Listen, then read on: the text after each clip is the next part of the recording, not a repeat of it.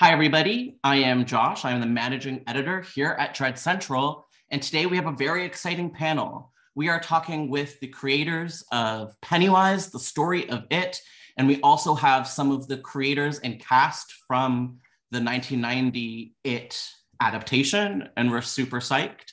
So I think what we're going to start to do is we're going to go around and we're going to introduce ourselves and we're going to say who we are and how we were involved in the film or the documentary. And I'm going to start with you, Brandon. Hi, I'm Brandon Crane, and I was Ben Hanscom in the miniseries. Awesome. Emily? I'm Emily Perkins, and I was the young Beverly Marsh in the 1990 movie. Marlon? Hi, I'm Marlon Taylor, and I played young Mike Hanlon in the original 1990 series. Cool. Seth? I'm Seth Green, and I played the young Richie Tozier in the original miniseries of It. And Ben? I am Ben Heller. I played young Stan in the 1990 It miniseries. And then why don't we go with you, Bart? I am Bart Mixon. I was the special makeup effects supervisor for It. Did Tim Curry's makeup, Pennywise makeup, among the other incarnations. And I provided a wealth of information for the documentary that I can't wait. And John, we'll go to you next. I'm John Campopiano, co-director, co-writer, co-producer of the documentary. And I think Chris, we'll go to you. Chris Griffiths, I'm the co-director and producer of Pennywise, the story of It. Wonderful. Perfect. Thanks, everybody. Has anybody seen the doc besides those guys? Come on, guys.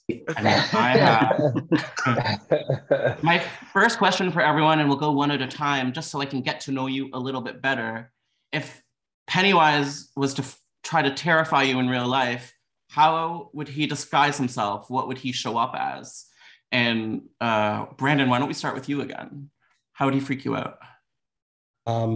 He would be a tax collector. Scary, terrifying. I think the clown is the thing, right? Uh-huh. And it's always been that way for me because, in the very beginning of ours, right?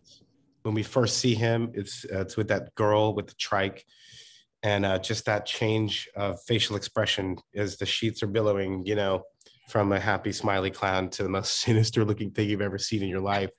That's enough for me. I'm not afraid of much else. I mean, that's good enough. Emily, how about you? For me, it would be aliens. I'm a very rational, scientific kind of person. Okay. And if the universe, assuming the universe is infinite, they've got to be out there.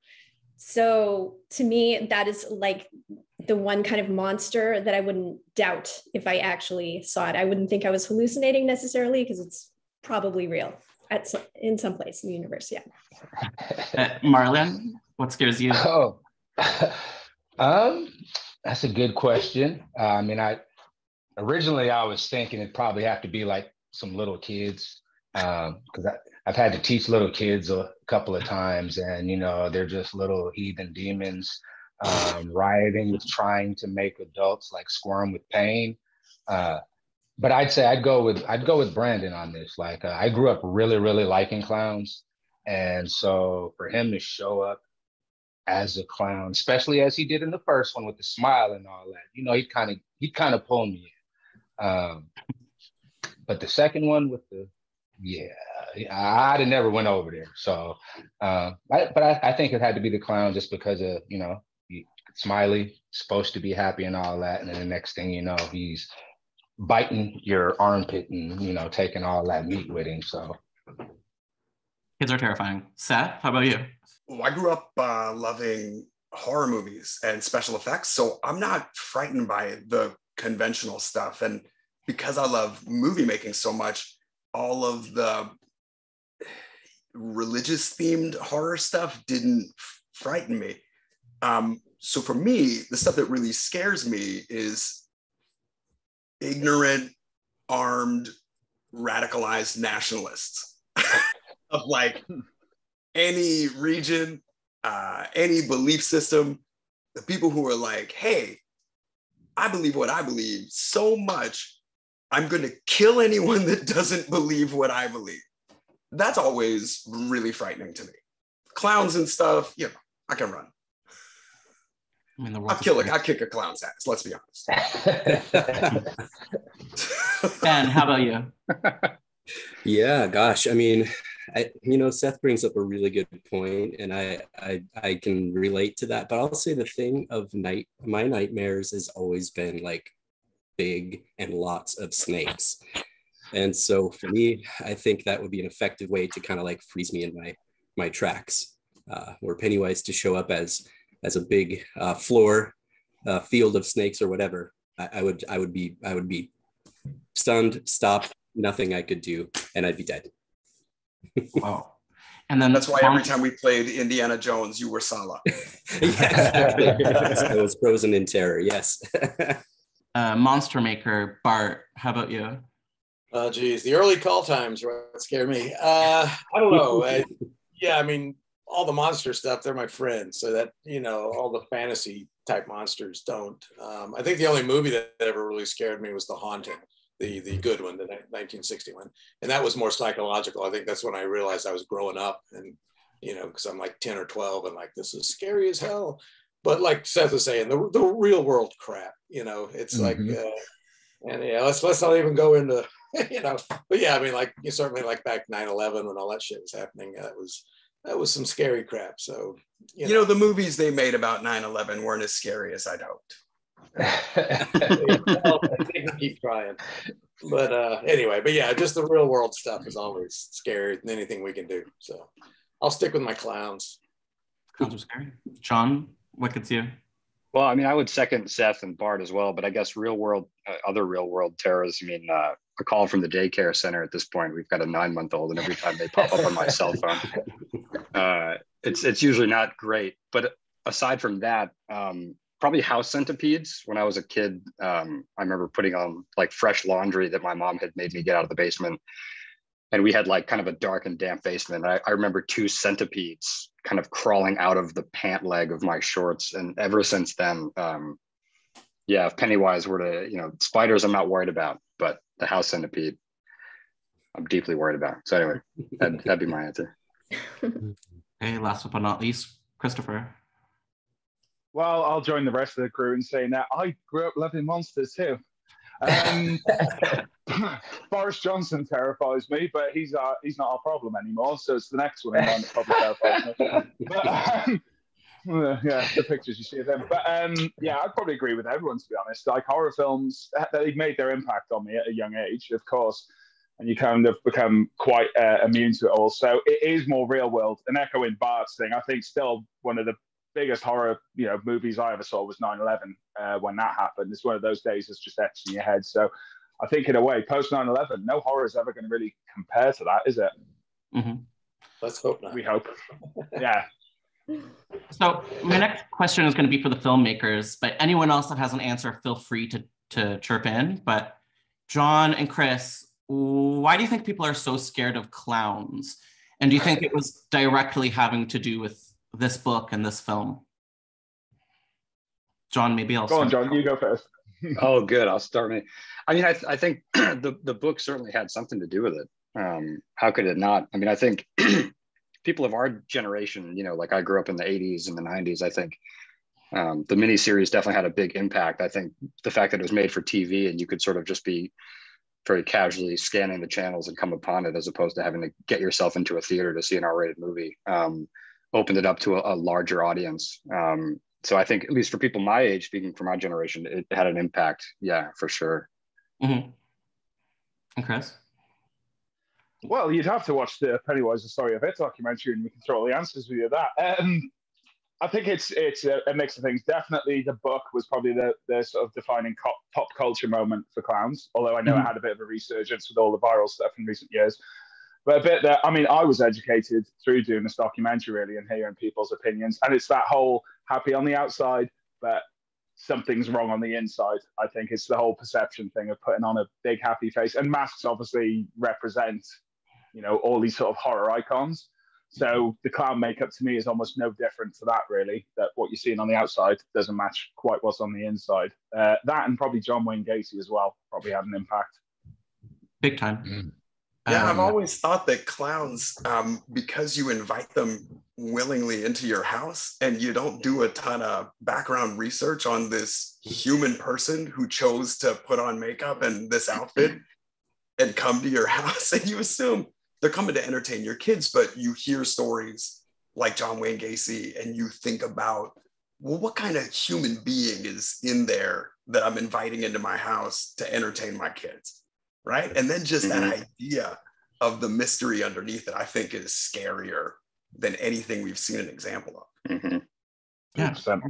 It is interesting how, just like the clown white makeup, like Jimmy Stewart in The Greatest Show on Earth, that you have no idea that's him. And it's just a simple white makeup, but just how much that can disguise a person and their intentions behind it. But yeah, I think Gacy's who screwed it up for, I wasn't really even aware there was a clown phobia prior to it. And then with, Gacy and all that, that didn't help. And then I've mentioned this before, I guess he was a Pennywise fan. He actually did a painting of my Pennywise makeup, which I'm both flattered and repulsed at the same time. It's like, yuck, but yeah. See, I think just in general, like John said, I grew up in like the 70s and 80s. So for me, I used to go to Barnum and Bailey and Ringling Brothers Circus. So I used to actually go see clowns live at the circus. On purpose. And on purpose. And, back then people were inviting clowns, like Seth was mentioning, to their birthday parties. Everybody had a clown. And I think after the movie and kind of after the John Wayne Gacy thing, like they put a lot of people out of business. No more parties pretty much for clowns. I don't think I've seen a clown at a party in over 30 years. And the Joker's out there giving everybody a bad name. That too, yeah. So somehow we're responsible for killing that industry. Is that? Yes, I believe what we're saying. Yes. So we've done a public service. Yeah, we did it. We did get a clowns class action lawsuit. Come at us, clowns. Right. Class action lawsuit. Well, I think it goes back even farther than like even ours too. I mean, Pagliacci, for example. I mean, that's a sad, terrified human being, who works as a clown. It gave us a little insight that maybe there's something terrible behind the mask, or at least it's still a collegiate pursuit. Like you can still get college credits for going to clown school. Really? I might have made that up, but it sounded. No, I wouldn't be surprised. It's not politics. My question for the actors in the group: what was it like working with Tim Curry? I know you guys were kept separate, but the experiences that you had with him, what were they like? Emily, do you think I could start with you? Sure. Yeah, like you said, I didn't have too many interactions with him. I just remember him sort of sitting in his cast chair, smoking and leering as he passed. Yeah, kind of doing the method acting thing. Cool. Anyone else have any like specific memories of him on set? I was crazy about him. Brandon, do you want to talk about that? Because I felt like no, go ahead. I'll follow you. I loved Tim Curry. I started acting when I was 7, and he was one of those actors who was really easy to pay attention to. I saw him on that show Wise Guy. I had seen him in Legend, and I think Clue was after we did our movie, but I had seen Rocky Horror when I was 12 years old and got to be a part of a 2-year run of seeing Rocky Horror every weekend in the Cherry Hill Mall, and just being a part of this liberated, artistic, creative performance art that was unlike anything I had gotten to see in public. And so his fearlessness as a performer in something so arguably silly really made an impression on me as a performer, as an actor, in all these different ways. So when I got cast in this thing and figured out that he was playing this part, I was like, oh my God, here's my chance. Here's my chance. Sit at the foot of this master and learn what it's like to be this kind of performer. So I was up his ass like nobody's business. I came to set on days I wasn't working. I was like, I was really after the director too. I'm just gonna hang out here. Is that cool? Just like I'll be quiet, I promise. And the most embarrassing thing that happened, which also turned out to be a cool thing later, we were, I don't know, getting in the same van or something. I was leaving, he was coming back like and passing, but in the same van at the moment. And a buddy of mine had gone on a trip to Israel when he was like 13 and came back with a Rocky Horror shirt in Hebrew and gave it to me. And so Tim gets into the bus and like looks straight at my shirt and he goes, "Not sure." And I realized it's that fucking Rocky Horror shirt. And I was like, oh man, I had done such a good job of keeping these worlds separate. And that was the moment of exposure. But he was just like not available when he was in the role, like really kept that distance from us, kept himself menacing. But in the hours between, in the hours when he was getting made up, he's pretty fucking awesome. Awesome. Yeah. Thank you. I'll say this, like it was like in retrospect, it was a masterclass, like especially when we were working in the sewer. I mean, there were moments when, like Seth said, you know, he was kind of unavailable, but there are other moments like while we're rehearsing, and I think there's VHS footage too. While we're rehearsing, Tim's just Tim. You want me to stand here? You want me to do this? But you know, if Tommy said, "Okay, let's rehearse one. Let's go," or the minute he said action, to me, if I remember correctly, there was this switch, right? That he just came alive, right? And I mean, that was totally terrifying. But it was a masterclass for me, anyway. I remember that moment, Brandon. He said it's that moment where he says, like, "There it is, like, get afraid, be afraid," right? And we all rehearsed it. We like tested our proximity to the camera. We're like, we're gonna meet right here. Everybody's kind of chill, and they call action. He just right.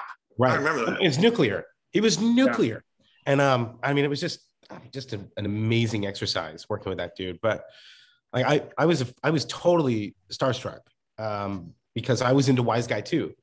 I'd worked with Jonathan Banks a few years before, so like Jonathan Banks was like my spirit animal. And he was on Wise Guy with Tim Curry. I mean, that was my favorite show at the time. And I'd seen Rocky Horror. I'd seen all these things. This was like the first time I'm working with someone who is a legend. I mean, a real legend. Probably the most, skilled person to date. And I was so afraid of sucking. I want to suck in front of this dude. You could have fooled me. Bart, you kind of had a different experience working with him. Was there ever any conflict in terms of what the makeup was going to be like and how much you were allowed to apply to him? Not a huge deal. The original approved design that Tommy approved had cheekbones and a chin, as well as the cranium and nose piece. And we tested both of them in the same day. And Tim wanted to wear as little as possible. In fact, he even would have been happy with just a regular latex bald cap, but Tommy and I both kind of wanted that light bulb head. And I also needed some thickness for when the hole blows in his head. So that was my excuse for, getting that piece on him. Because we tested him first without the cheeks and chin, and then I applied those over him, and you could tell Tim didn't want to wear them because he wasn't really giving it anything. He was just kind of like, "Oh, this is restricting me," and I'm like, "No, it's not." I was like, "Tommy, tell him to try and like rip the pieces off his face, like trying just to move his face." And but then they decided, and I think rightfully so, that he didn't need them. So that wasn't even that big a deal. I mean, that's what tests are for and all that. But I mean, in terms of just working with him day to day, he was great. That was probably my first time I was, I guess maybe a little starstruck. I mean, I'd worked with like Shelley Winters and some other, Peter Weller and guys like that before, but I was definitely a Tim Curry fan from Rocky Horror and particularly Legend. So when they cast him, it was like, oh my God, this is, like I won't say a real actor, but I mean, it was somebody that I'm a fan of, and was maybe I'd say I was a little intimidated, but he couldn't have been nicer. And you know, a couple of times we flew up on the same plane, so we'd bump into each other at LAX. He bought me a hot dog once. So Whoa. there. So Cool. all he said it was a hot dog. He had very hot dog. The only thing we couldn't do in the trailer, I brought up a Rocky Horror cassette tape, and he wouldn't let us listen to Rocky Horror in the trailer. So thankfully I had my Best of Tim Curry cassette, so we could pop that in. I think Madonna's Vogue was popular at that point, so him and my assistant Joanne would often Vogue together. That was not my thing, but no, he was a pro where you needed him, and he was, you know, personable and playful, and so no, he was great. You know, couldn't have been nicer. Awesome. So for John and Chris, you guys have done, this is your second Stephen King adaptation documentary. What's your relationship with Stephen King? Are you guys big fans? John? I mean, growing up in New England and reading a lot of his books as a kid, he always sort of felt like a neighbor in a strange way. I mean, he's fairly accessible, and you'd see him if you're in Maine. And a lot of those films, you know, I saw very early. You know, as an only child, my best friends in the neighborhood had older brothers that would expose us to these movies growing up, and that was sort of my entry point to the miniseries and a lot of other films. So I think maybe in a weird way, kind of revisiting these films in like a documentary format has been like a strange kind of therapy for me to sort of confront the films that really haunted me as a kid. So King has been a part of my life in that way for a long, long time. Yeah. How about you, Chris? So I was going to say the Pet Cemetery doc was just John's one. So Pennywise is my first foray into a Stephen King project. I think what I've enjoyed most going through this documentary and kind of reflecting on Stephen King's work is, one, how diverse all his work is and iconic. They've all become, especially through the films. But I think, having chatted about this recently, it's the whole his relationship with his childhood. And I think that's kind of a big integral part of their stories, like, you know, with It and of course Stand By Me. And I think it's how it resonates with the audience. And I think is one of the best parts about his work, really, is kind of dealing with, you know, childhood fears and growing up and everything like that. So I'd say that's my favorite thing about King. Wonderful. And my question for everybody, I'm a huge Stephen King fan, and I'm just so curious, besides It, what is your favorite work of Stephen King? And you don't have to answer if you're not necessarily a big fan, but I'm super curious. Does anything come to anyone's mind right away? Stand By Me. All right. I'll second that. I love the Running Man. That whole Bachman book, because I read a ton of King and I was super into him very, very young. And when I discovered that he had written those 4 novels under a pseudonymous identity, I read that collection. And the Running Man, years before they made that movie, was such a frightening and prescient view of, like, almost on the heels of a movie like Network, creating the concept that the media is more powerful than even your own free will. And the way that people would be sort of lulled into constant debt and then have to perform for their own literal survival. I was like, well, this is a horror show. So that book is one of my favorite of his. I heard that Edgar Wright is making a new version of it, and I am. That would be excited. I heard that too. Good Man with Arnold Schwarzenegger. I don't hate that movie though. The original. I don't hate it, but it's also it's not the book. Is that the movie? Not at all the book. The one with Arnold Schwarzenegger? Is that the movie you're talking about? It is. Yeah, that's a silly version of this book. No, I didn't know though. Like, you know, like I didn't know he was Stand By Me originally. You should have seen all of them, every one. Big fan today. I didn't know he did Shawshank Redemption. I'm learning. So it's true. Yeah. Does anyone else have any like number one favorite King piece of literature? I'll jump in. Pet Cemetery, I always liked the book of that. I still think there's a good movie that can be made from that. I'm not a big fan. No offense to anybody, but I'm not a big fan of there have been 2. I've got major problems with and I worked on both the first 2 movies to some degree, and I thought was it Pascal the Ghost? I thought they blew that in the movie completely. I thought in the book it was ambiguous. Was he Was he a good ghost trying to help, or was he luring the guy into the pet cemetery? Was he planting the seed? But in the movie where he's just like hitchhiking and just, it was like too much like Jack from American Werewolf. And, don't hold back, Bart. Don't hold back. You worked on Pet Cemetery too. I know it's not everyone's favorite, but I love that movie, so that's cool. There's a lot of fun things in it. Let's go.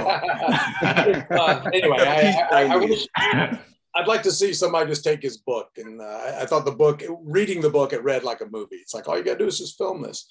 And I thought they tried to make it too cinematic, putting too many like jump scares and crap like that. I like the whatever. The uncertainty at the ending, I'm getting all tongue-tied about whether when the wife comes back, whether it worked or not. In the movie, you got all this shit dripping out of her head, and it's like, I don't need to see that. Just just keep it, let us use our imaginations. But anyway, I love the book. So very scary. And before I move on, does anyone else want to pipe in? For me, it's Carrie. I love Carrie. Like, I remember being like, wow, this is about like a woman's experience or a girl's experience becoming a woman and, dealing with menstruation within like a patriarchal culture, but where like feminine culture is very cannibalistic. And then just like the rage, this like teen girl rage. I was mesmerized by that as a kid and really loved it. Are you a fan of the movie? Yes. Yeah. Yeah, it's beautiful. Absolutely. So something I'm very curious about for the actors, you guys in this documentary talk about the Lucky 7 camp where you got to hang out with your counterpart adult actor. And I was wondering, does anyone have any memories or experiences from that to share? And what was that like? I'm so curious. Brandon. Well, I don't remember a formal camp. I remember flying up. It was funny. It was like I had 2 weeks left of school, and I was like, "Later, freaks! I'm going on." Bye. And then they fly up, and they were shooting out front of Bev's house. I think they were doing the adult, like the adult part of that. And I just remember getting my haircut supervised by Tommy. He had a specific look he wanted, and we did like a wardrobe fitting there in the trailer. And then John Ritter was there.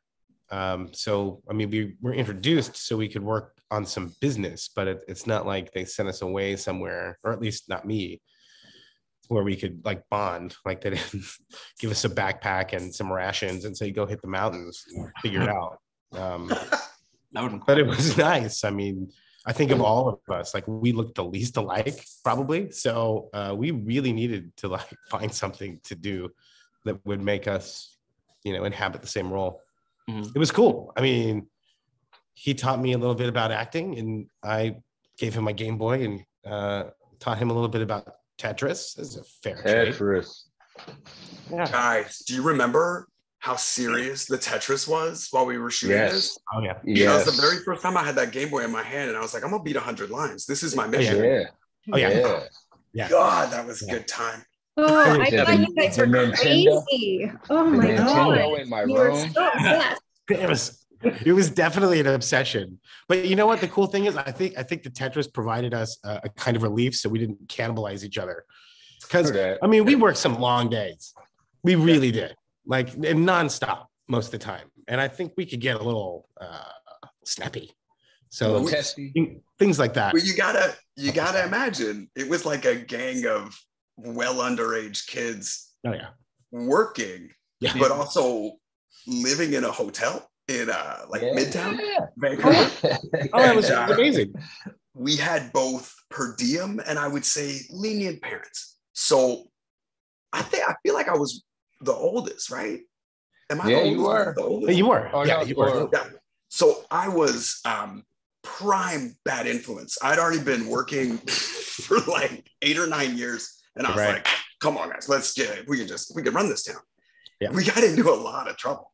We did. We tried like hell. We tried like hell. We did. But we also had, I think, one of the greatest summers ever. Yeah, it was the best. It was the best.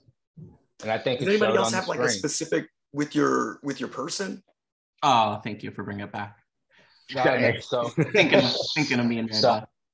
I never actually got a chance to meet Tim, on set. I think I got to meet him one time, just kind of in passing, but it was awesome because 3 years later, I got to work on Sister Sister, which he was the main character as the father on. And that was actually a chance when we actually got to talk and kind of reflect back on 3 years previous and talk about it, and the work that we kind of did together. So that was actually pretty cool. Just kind of getting to work with him again and then just kind of, go back and talk about things that we did together. Awesome. Yeah, I guess I'll just, Yeah. go for it. No, please, you. Oh, I was going to say, I just, I'll add that I was surprised by a phone call, I think, from my agent at the time, kind of at random, saying, hey, Richard Mazur is downtown at his hotel. He wants to meet you at the restaurant. So can you be there really quick? So I think actually my dad got the call. I was not at home. So he came and got me wherever I was and just brought me to this restaurant. And I got to meet him and talk with him. And I mean, I absolutely had no idea what I was doing, it was so by the seat of my pants that, it's just, you're going on instinct, so, but I just sat there and had a really nice conversation with him. And I was familiar with his work a little bit from like Big Chill, I think. And License to Drive was a recent one at the time that I remember him from. And so I was definitely a little bit starstruck, but I was really just hanging on his every word and paying attention to what he was saying, because it was such a new experience for me. And like I say, I was just trying to maintain my composure at the time. So, but it was great. It was really helpful to have that time with him. Do fans still approach you guys about this movie? And if they do, what are some of the things they say? Like, this is for the actors. The biggest thing that I got asked in the last few years is, are you going to be in the new movie?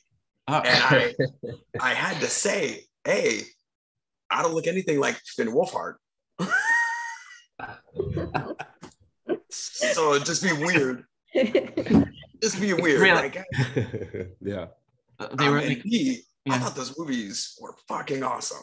I did too. I really enjoyed that interpretation of it. And I like the fact that King is a little like Shakespeare, in that you can do different interpretations of it in different forms, and it's still the same value of story.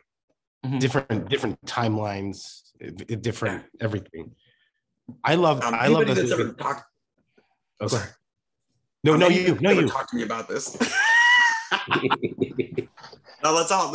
I'm sorry for talking while you're talking.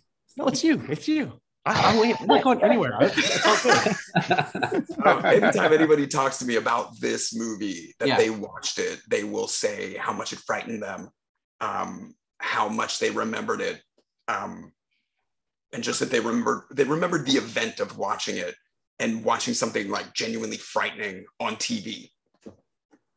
Mm-hmm. And Brandon?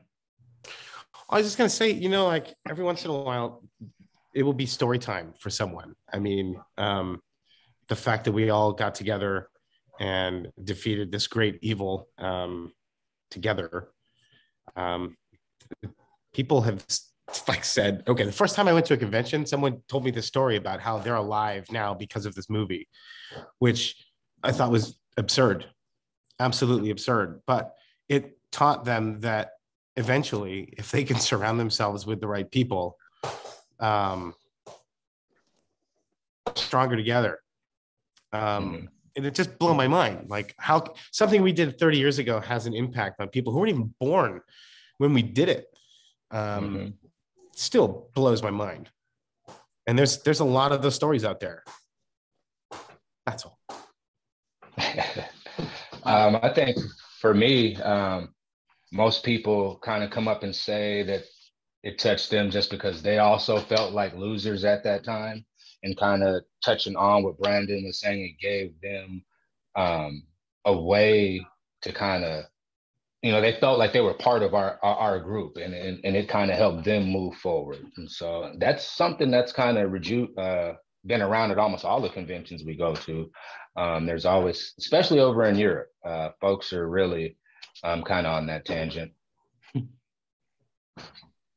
It's interesting to hear that sentiment. I wasn't expecting that, kind of feedback, from fans. It definitely kind of like took me back for a second, because they were just so, genuine about expressing those kind of feelings.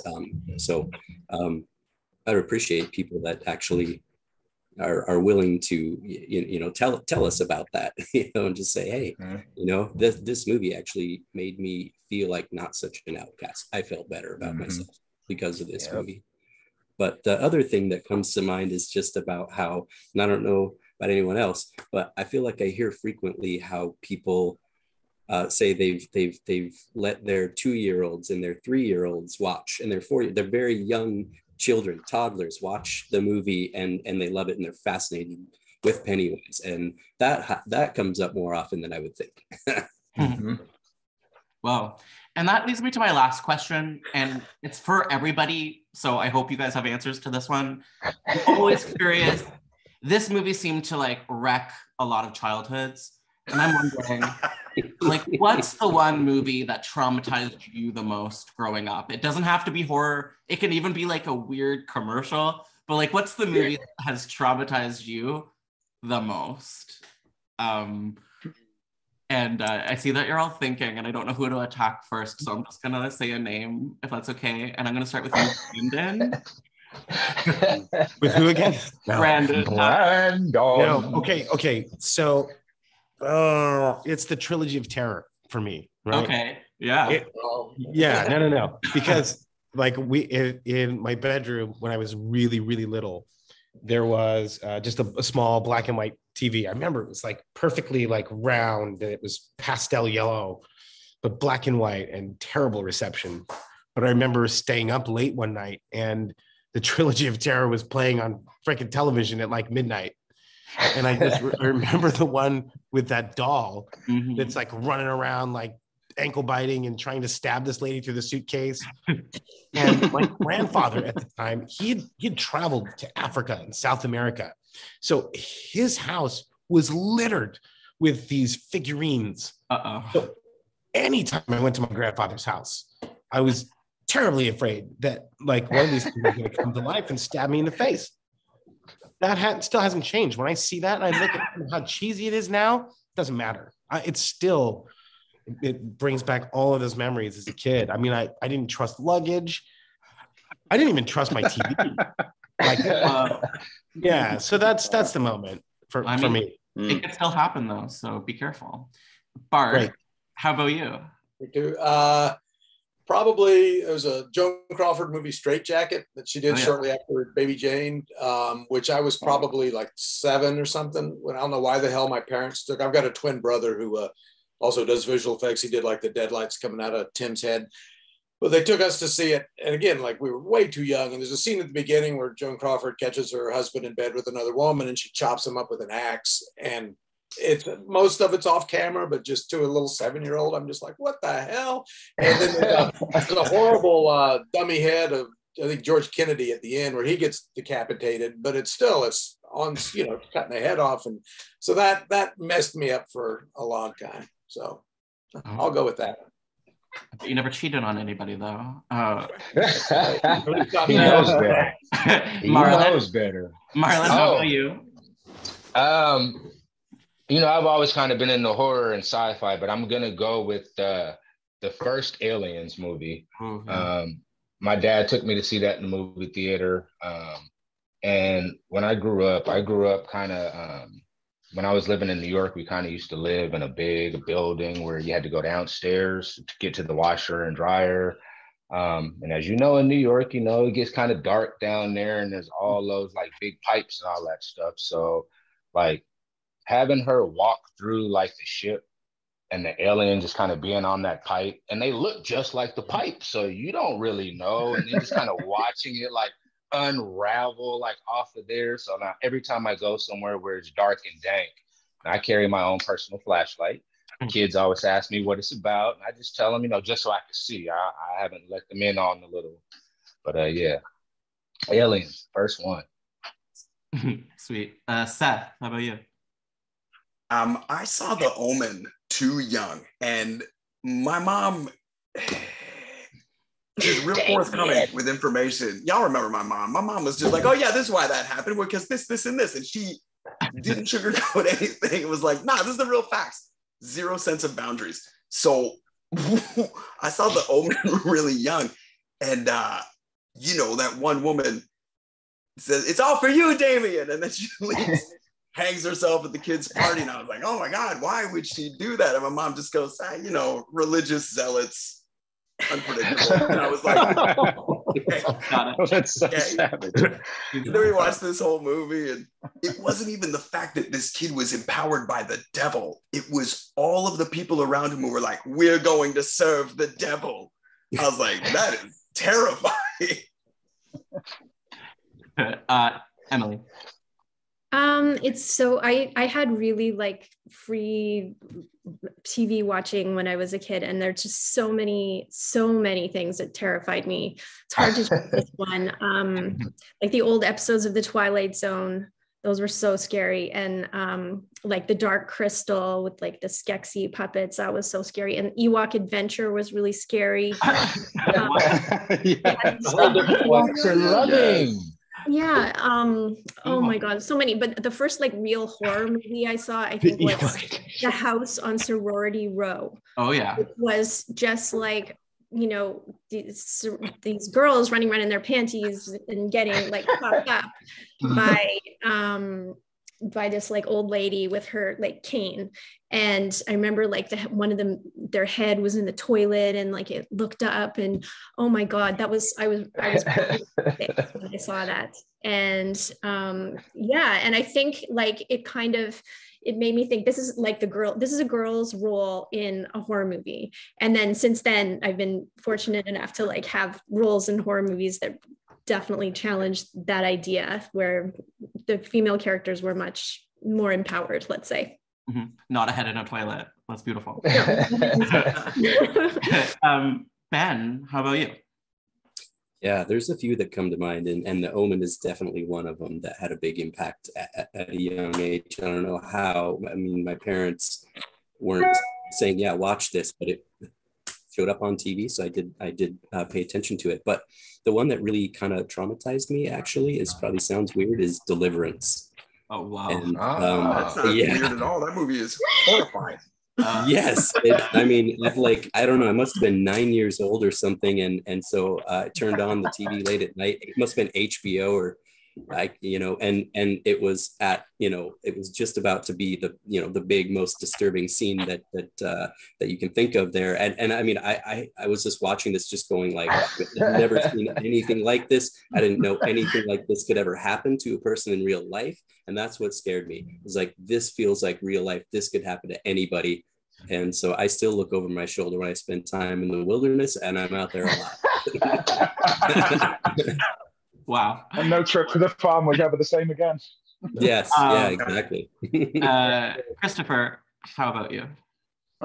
Much like everyone else echoing them, my old man put on his copy, which was still banned at the time, of the original Texas Chainsaw Massacre when I was about 8. So I got my nerves hardened quite quick. And it was, I got the whole horror thing from him. So it used to be like, I was either, when my mum was around, put in another room, or, turn around, don't look at this. So I'd hear all these sounds. And that was honestly that sort of watershed moment where I genuinely felt my soul drop inside myself. Like this, there's not like, scared. It's like, I don't really know what to do with my life anymore now. Which luckily it did kind of steer me towards doing all this, really. So, could have gone one or two ways. And luckily I think it was the more positive one. But yeah, that's a moment I will never, ever, ever forget. I've actually still got the original VHS lurking around in this room, actually, just as a cathartic thing, just keep looking at it and it won't hurt you. That will ruin lives. And finally, John, I'm very curious. I think for me, probably Jaws, to be honest, just being a New England kid and Martha's Vineyard being so close to where I grew up, and we would go there occasionally. and we'd be in the ocean all the time. And when I first saw that, I mean, it really kind of flipped my world upside down. And I don't know, I was sort of thinking about it in comparison to Pennywise and It. I think there's some synergy there where like we knew sharks were there, but maybe you thought about them a little differently after Jaws came out, and like we knew clowns were there, and maybe we thought about them a little differently after It premiered. So, so yeah, I think Jaws, and for me, and going to the Vineyard after seeing it, you know, it was kind of my first experience of like stepping into the film. Like there was just this kind of boundary that was broken where I could go to the Vineyard and it's really unchanged in a lot of ways. And it had such a huge impact on me. So I think Jaws would be my pick for that one. Yeah. Sounds like a pitch for your next documentary. Yeah. Nice. Oh, and also for Emily, I had to pull this off. Give a little love for the Ewok adventure. I don't know if it's coming through. Oh my God. Is it coming through? Oh, there it is. There it is. That's PTSD. Some of your nightmares. That was my favorite answer, I have to say, is Ewoks. They're scary. Thank you, everybody. This was amazing. Thank you for letting me be part of this, and congrats to the filmmakers on this amazing doc.